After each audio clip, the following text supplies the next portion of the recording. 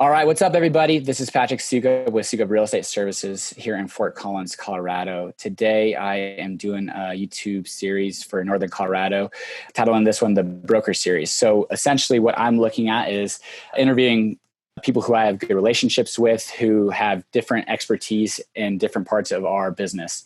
We've talked with lenders, title, other brokers. Today, we're talking with Joe Anderson. And he is an inspector who I've used many times, who I've referred out many times and have great respect for. And he runs a really great operation here in Northern Colorado. Excited to have him on. And just like anything in real estate, really a lot of this is a referral-based business, trust. And we've built a relationship over the last few years.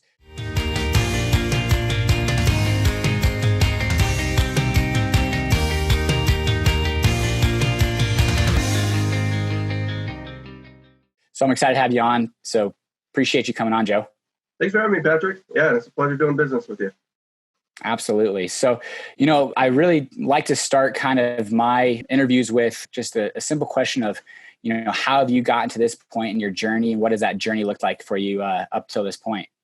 Yeah. So I've been inspecting about 6 years. We started the business about 6 years ago. I was doing sales. I had a desk job. I was doing sales before this. Growing up through college and all that, I did a lot of different types of construction, roofing, framing, more specialized construction in the commercial market. But it started with job envy. So we bought our first house, I can't remember, 2009 or 10 or something like that. And we hired an inspector. I didn't even know what inspectors did. It was kind of new to me. I'm sure you hear that a lot with your first-time home buyers too. So we hired an inspector. I was there for it, saw what he did, and I loved it.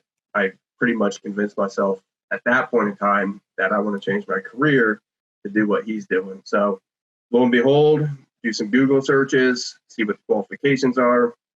There's a great international program of certifications for home inspectors located in our backyard. They're based out of Boulder, Colorado. Went down there. Started going to their events, started taking classes with them, a lot of online, a lot of in-person classes, to a point where I earned my certification and felt like I was ready to open up business. And just turned the key. And never thought I would own my own business, was never my goal in life, but it just kind of fell into my lap, and job envy is a heck of a thing. Yeah. Now, did you start directly out after you got your certification with your own company, SiteLogic, or did you jump somebody else's kind of shingle to start with, or how did that kind of come to be? Nope, just started on my own. Part of the educational process, you can shadow inspectors, and they've mocked up homes at their facility at interNACHI, where you can do pretty much inspections with other certified inspectors before you go out on your own. That's pretty much what I did. But I never worked for anybody, just started my own. Awesome. And then from day one, I know we talked a little bit before the video started rolling, but how did you initially build your business, and how are you building it today? Well, there was a time where we could all get together for networking events pre-COVID. Yeah. That was a big thing, a big part of my business. Chamber of Commerce events, Board of Realtor events. I knew a lot of my business wasn't going to come online. Yes, I do have a website. People can find me on Google and book an inspection online, but it's more of that referral-based business from people like yourself. So I would go to Board of Realtor events, meet agents, introduce myself, remember when we could shake hands, shake a lot of hands, just be helpful to people. I'm not going to earn their business just by meeting them at an event. So if they needed advice on a house, maybe that they were selling, or just had general questions in the real estate, the inspection portion of the real estate market, just be available to them. And that's really how I got started. Awesome. Yeah. Honestly, when I'm meeting with my clients and we're talking about different inspectors and how the process works on the listing side of things, on the buying side of things, I'll give them 3 options once we go under contract, just so that they can kind of do some due diligence themselves. But I always put out there, who I have a relationship with, who I trust and respect. And there's a lot of good companies here in town, but it's been great doing business with you and, kind of seeing that product, which honestly, I don't know about you, but I've talked with all my clients, and I love that you allow them to kind of come through at the last part or even the entire inspection if they want, but to have this 40 to 60 page inspection report as kind of a Bible for their house. Do you see a lot of clients using kind of and maybe you could talk to some of the online options now that you can provide for them to go on and download documents and different tools that are really pretty cool as a buyer these days? Yeah. It's, I mean, going back a little bit, being there in person, I highly recommend everybody be there for their inspection. They don't have to be there. A typical inspection is going to take 2.5 to 3 hours. They don't have to be there that entire time, unless they really do want to get down and measure every room and kind of look around, envision paint colors and stuff like that. Because we got a job to do. We can't be talking to you the entire 3 hours. That's what the end of the inspection's about. So definitely, yeah, recommend everybody come to the inspection. And then the product they get at the end is a digital report that we'll email to you with tons of pictures in the report, tons of information on any defects that we come up with. I mean, we're going to an inspection to find health and safety hazards or expensive repairs that you need to know about before you own the cost of getting your house repaired in those areas. So in the report, there's going to be a lot of detailed information about that, but also just detailed information of what kind of systems they have inside of their house, what size furnace they have, what age their furnace and water heater, air conditioning system is. So they can kind of project how much time they have left in those typical life expectancies. And then we provide every client with, it's called a home binder account. And that's a pretty cool tool. About 50% of our clients end up using it. You're not required to use it or anything, but it's a platform online where you can open it up. If you remember seeing a lot of people would have like a 3-ring binder of their home's history. This is your digital version of that home's history, right, since you've been the owner of it. Your inspection report can be housed there. Any permits, you could pull up and search for permits on the house in that home binder account. You can store a database of paint colors you've used in the past, contractors you've used in the past. You could find different contractors that we recommend in there. So it's definitely a valuable tool for anybody who's looking to maintain the health and safety of their house for a long period of time. And then you can transfer that to the buyer of the house. When you're done and when you sell that house, you can transfer all that information over to the new owner for them. That was going to be my question. I mean, honestly, when we bought our house, we were just so grateful that this was only 4 years ago, but these were kind of more old school sellers, older individuals, and they just had this massive 3-ring binder. But we haven't used it a ton, but knowing that it's there and the kind of security that it provides us, and then what we can add to it, is basically just kind of the Bible for our house, has been great. And especially for first-time buyers who honestly. It's funny. I read an article probably, I don't know, maybe 6 to 8 months ago, and they were just talking about how Home Depot, used to put on classes for laying tile in bathrooms and they still do. But now there's even classes of how to run a load of, because I think it's us younger millennials or whoever have just been, bottle fed until we're 25, and now we're getting out on our own and don't necessarily our hands dirty and haven't owned or understand how important it is to change a filter of a furnace or probably, clean out the gutters or disconnect hoses from the hose bib on a, annual basis before winter. But, those inspection reports are just vital basically for anyone who's going to own a house, which I'm curious to hear your perspective on a pre-inspection comparatively to a buyer having an inspection on their own. How, I think it was your inspection report on Pawnee not too long ago that had I think 10 or 15 offers on it. And I just loved seeing your name on the inspection report and what items that they fixed, because I was like, I know I can trust Joe. Actually, the buyer was somebody who used you as well. It was a buyer of a second home. How often do you recommend pre-inspections? It's up to, the seller. There's pros and cons to them. I wouldn't ever just rely on a pre-inspection report, because I know I get reached out to a lot where they just want me to do the major systems for a pre-inspection report, where there's no such thing as just going through and checking only the roof, only the HVAC. The process will cover everything. You never know. during your inspection, what little rabbit hole will take you down to find a major defect. So in that case that you just brought up, where they've used me in the past and you trust my report, there's already some you guys are familiar with my process and probably would have hired me anyways to do the same inspection. So that makes sense. But even if there is a house with a pre-inspection report, you should always get your own inspector, because that's the person you can call when you have questions. That's the person you can meet at the property to walk around the house with, show you where your main water shutoff is. Yeah. And honestly, you just need somebody who you can trust that's going to be thorough for you, who's working for you and not the seller.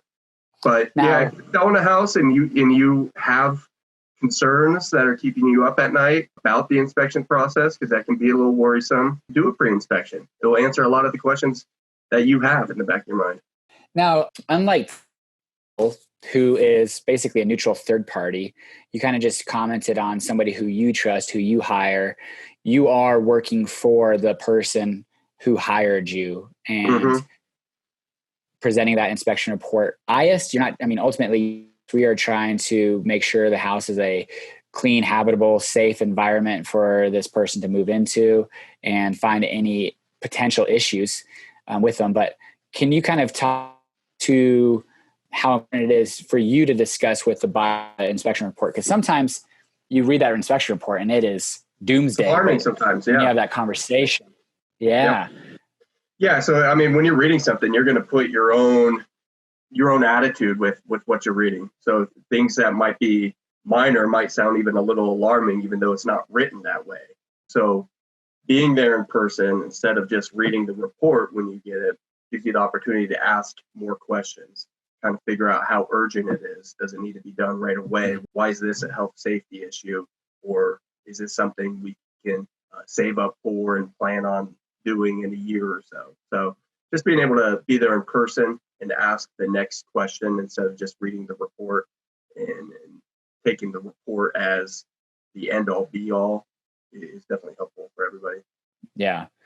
So what are you using? Pretty amazing to honestly, not necessarily what system, I shouldn't say that, but you go through and you are spending 2 to 4 hours in these houses, but you put together this beautiful report with, essentially all the major components.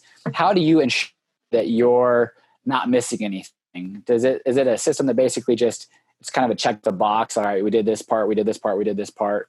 What does that look like from you to make sure that you try not to miss anything? Because of course there's going to be things that are missed. It just is what it is, because it's. Yeah, you can never get everything, but there's some required items you have to check off your list. It's just the basic requirement of a certified home inspector. So there's certain things that will be in I've got a software program called Horizon. It's what I use to write all my reports. Got a mobile app that I use as I go through a house to make sure that I check all those required items off. And then as you're going through those required items, you're inspecting everything else surrounding it. And that's going to add to your list as well. So when I go through a house, in addition to using the software as kind of a guide, I have a system that I stick to religiously, make sure that I always do the same thing at every house with the same routine and the same due diligence to make sure that I don't miss anything that the client needs to know about. 3 hours isn't a lot of time for certain houses, and any inspector needs to make sure that they have a specific system they stick by, make sure that they can get through all the required items and more within that 3 hours. And they do need that list, that software on their hand to make sure that they're taking notes, not just relying on memory too when they're going through the house and writing it up later. Sure. Are you available for, like, let's say the buyer walked it with you, the realtor is also with you on that, but let's say they, aren't able to get together to draw up their inspection objection report or inspection objection for, 3 or 4 days and kind of forgot about a couple of things or just wasn't sure. Are you available like after the fact for kind of clarity or questions for those realtors or buyers? Yeah, I tell every client, if you have questions after reading over the report or even after they move into the house, give me a call. I'm a phone call away or an email away for any questions you have. All righty. What would you say is kind of in Fort Collins, Northern Colorado, a common either health and safety or issue that you're seeing that really shouldn't, I mean, and I guess part two of that would be, or maybe even part one would be, why should a buyer get an inspection? Maybe they're getting it's an all cash deal, but they're going to waive the inspection. I know better. And what would your comment be to that? And then part two. You can waive the inspection objection part. That does happen a lot, but we still do a lot of inspections because you don't know what you don't know. In your 5 to 10 minute showing of the house, you didn't get in the attic, you didn't get up in the roof, you didn't get down in the crawl space, you didn't open up the electric panel. So there's things that could be hidden in all sorts of areas of the house that you don't know about until you own the house and you own the problem. So I would absolutely recommend nobody forego the actual inspection, even if you can't object to anything. There's still information you need to know about. Yeah, and then part two would be, so we get the inspection, and then what are some commonalities in Northern Colorado of issues that you see and problems that are pretty consistent across, maybe not necessarily, maybe it's age of home, there's a certain thing or whatever. Yeah, more than just area of the house, it's a lot of it's dependent on the age of the house. So a quick Google search would always tell you kind of what time frame, for example, aluminum wiring was used in the house. So if you have a house built in 65 to 75, there's a chance you have aluminum wiring in there. Or mid 70s and mid 90s, you may have a piping material called polybutylene. So a lot of times it's just based on the decade the house was built. In our area specifically, hail. We get hailstorms pretty commonly, so you always want to make sure that there's not hail damage to that roof, that the seller needs to claim with their insurance to get that fixed for you. Because once they sell you the house, you can't make a claim on a past hailstorm. So stuff like that's pretty common. No matter where your house is located, you'll hear everybody in the real estate market tell you water's the house killer.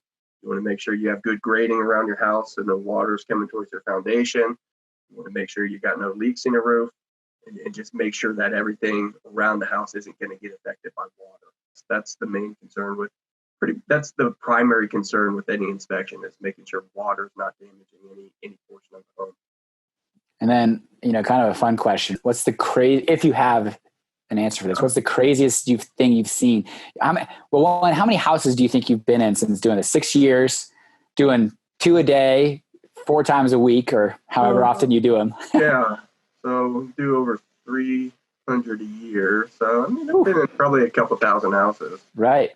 So crazy thing as far as just weird thing I've seen in a house, or like as far as an actual defective item? Well, here's both. Yeah, give me both. We had a apartment complex with a boa constrictor in the attic that we found because when they were doing like HVAC venting, literally a dead 10-foot boa constrictor.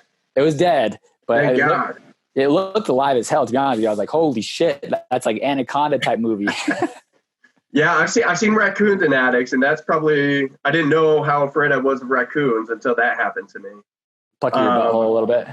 Yeah, one of the stranger things I've seen is a little crawl space. There's no crawl space hatch where this could fit through, but there was a 6-foot freezer down in this crawl space with a padlock on it. What's in that thing is not what I want to know. So that was a bit creepy. The buyers did get a kick out of it. I never did follow up to see if they've ever opened it. Right. Did they actually follow through? Did they actually buy is the question once they heard that news. I believe they did, yeah. Yeah. I've had there was a renter an investment buyer was buying I think it was just a duplex. And one of the renters was there and started a fire in the living room as we were doing the inspection. What? She was super nervous because she didn't want to lose her spot. She wanted to impress the new landlord. She was writing some notes on a notebook and had candles on her coffee table. I don't know where she went, but she put her notebook on it. All of a sudden, we're in the kitchen, I think, hearing the smoke alarm go off. So we did have to put out a fire that day. A literal fire. I don't know if that tenant got her lease renewed. No, Probably not. And then inspection item, yeah, just an old property out in Greeley once. All 3 or 4 corners of a foundation you could see daylight through. I mean, the soil had been undermined so badly everywhere, and I don't know how the foundation hasn't split or cracked, but it was only being held by the middle span of those walls. You could put your hand underneath 4 corners of that house's foundation. It's terrifying. Yeah. I mean, and imagine, a buyer not getting an inspection. Let's say it's a cash buyer, comes in, I know more than anybody. I mean, I'm telling you, I'm guilty of this. That's why I talk from experience. And I learn the longer I've been in this, the more important things are and the more vital, things are to do. Spend the money up front so you're not spending 20 times that on the backside. But a buyer who's in all cash is going to get a sweet deal, they think. Maybe it snowed that day, so they don't see it when they're walking the property, or it's just overgrown with bushes, whatever it might be. And all of a sudden they buy a house, $300,000 house in Greeley, Colorado, and have to spend $30,000 on foundation repair if it's repairable. Mm-hmm. I've never had anybody regret doing an inspection. You're paying $400 or $500 on average, that you're going to find something out that's going to save you way more than that. Or at the very least, and very rare, that houses come up clean in the inspection. There's always something, as you know. Yeah. Very least, $400 or $500 a peace of mind. That's pretty good money spent. And like we talked about earlier, $400 to truly understand where the shutoffs are, what type of electrical panel you have, what type of plumbing that you have in the house, so that you at a glance can understand. I can tell you with my investment properties, I refer back to them. I have basically them all saved in my iBooks. So on my iPhone. So if I had a water leak at a duplex and it was really kind of funky, but I was just able to, from my house, call my plumber, but I'm able to look up where the water shut off is and just tell, cause I don't have a ton of property, but I have enough property to where I'm not going to remember where all of the water shut offs are for all the properties. And it was, right there, it was probably worth $400 because this guy, it probably saved him an hour of, maybe not an hour, but it saved him time and maybe damage to the property of water leaking because he was able to go straight to the water shut off and turn it off. Yep. Definitely a valuable asset for homeowners and investors. So Joe, where do you see kind of your career and your business going? Do you see you doing inspections for the foreseeable future, growing SiteLogic to 100 inspectors? What are you kind of thinking for yourself? It's a good question. I'm at a crossroads. I always imagined myself growing, being more of a managing type, but I like inspecting. I like getting out there. That's what drew me to it in the first place, is to not be behind a computer and sit at a desk all day. COVID makes me worried about making any changes because you never know what's going to happen in the next year or two here. Sure. And at the same time, I think people are hiring me. They're not hiring SiteLogic all the time. They're hiring Joe Anderson. So I got to keep that in mind, that if we ever do expand, it's got to be with somebody who's probably not just an employee, somebody who's checking, like we said, all the required items and not going beyond that with the inspections.